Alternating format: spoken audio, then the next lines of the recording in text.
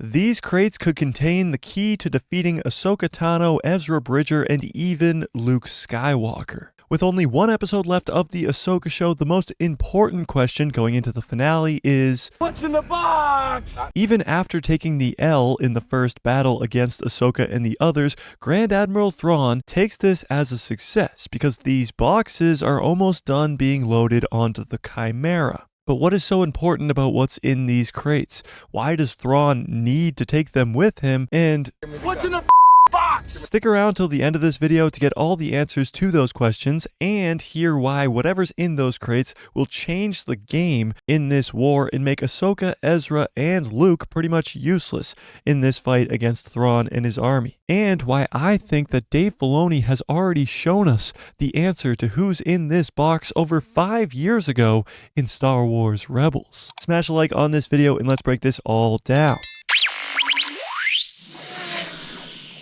So why are these crates so important to Thrawn and of course us as fans? Well, Thrawn needs to take these crates with him because he struck a deal with the Nightsisters. In Star Wars Rebels Season 4, when Thrawn and Ezra get wrapped up in the Chimera by the Purrgil and blasted into hyperspace, they crash into Peridea and Ezra escapes. At least as far as we know, Ezra was out on his own for the 11 years that they have been there. But at some point in those 11 years, Grand Admiral Thrawn strikes a deal with the Nightsisters, or the Great Mothers, which they're calling these 3 Nightsisters that we see in the Ahsoka show. The Great Mothers agree that they will help Thrawn get back to his original galaxy and bring his army back to life, but in return, he will have to take these crates. Now, honestly, that doesn't sound like a fair deal at all. He gets his army back, he gets to go home, and in return, he only has to take a couple crates with him. So in order for that deal to be fair, whatever's in these crates must be extremely important. Now, most fans believe that these crates will contain dead Nightsisters that Thrawn will bring back to their homeworld of Dathomir,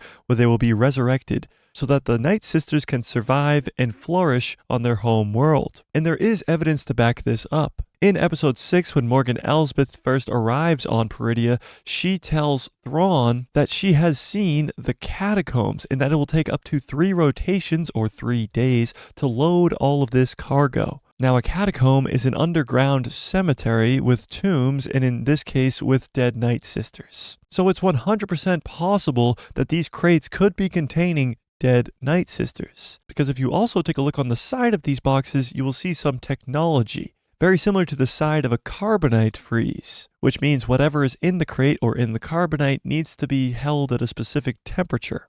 And maybe this is to stop the decay of the dead Nightsisters. So let's just say for a second that's what's really going on here. There are dead Nightsisters in these crates, and Grand Admiral Thrawn brings them back to Dathomir and resurrects them. We really don't know the full power of the Nightsister magic. We only get glimpses of this in the Clone Wars, in the Jedi games, Jedi Fallen Order and Jedi Survivor, and now in the Ahsoka show. And from those just brief looks at the Nightsister magic, they are extremely powerful. So they would definitely help out with Thrawn trying to become the heir to the Empire.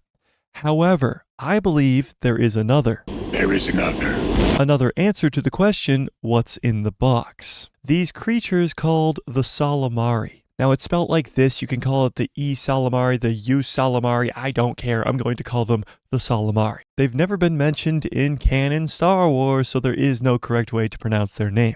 Now hear me out, because these little creatures might change the entire tide of the upcoming war, because they would give Grand Admiral Thrawn an enormous advantage over characters like Ahsoka Tano, Ezra Bridger, and Luke Skywalker, or Force users. Now, what are the Ysalamiri? They are lizards that exist only in Legends material. They've never been brought into canon like I mentioned before. Okay, cool. A bunch of crates filled with lizards. Who cares? Well, these lizards repel the Force, meaning the Force is rendered useless in an area around these lizards. Many fans are asking, how is Thrawn such a big threat? He doesn't even have the Force or magic or any of this stuff. And if you just go up against Ahsoka or Ezra or Luke Skywalker or even Grogu, he would be taken out pretty quickly. Because if these crates are really filled with these lizards, there's tens, if not hundreds, of these crates on board the Chimera now, meaning Thrawn has an entire army of these little lizards that stop the Force. And this would become a big problem for our heroes later down the line.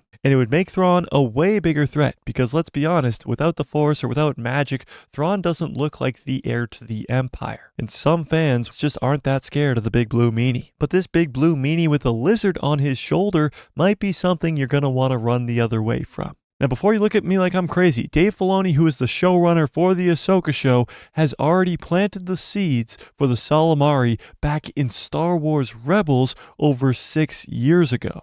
In this scene, we can see Grand Admiral Thrawn has the Ysalamiri over both of his shoulders. But like I said earlier, the Ysalamiri have never been brought into canon, and this was kind of Dave Filoni poking fun at the fact that the Ysalamiri do exist. But tell me what you think in the comments section below. What do you think are in these crates? Dead nightsisters being brought back to Dathomir, or an army of Ysalamiri lizards that repel the Force? How cool would it be if the first interaction between Thrawn and our heroes, whether it's Ahsoka, Ezra, or Luke, and they try to use the Force on him and it doesn't work? I think it would be pretty damn cool, but tell me what you think in the comments section below. What is in these boxes? Smash a like on this video, hit subscribe, and hit that bell so you get notified every time I post a video. We go live on this channel every Tuesday, Thursday, and Saturday, so don't miss out on any of that by hitting that subscribe. And if you want more, go check out this breakdown video I just did for episode 7 of the Ahsoka show.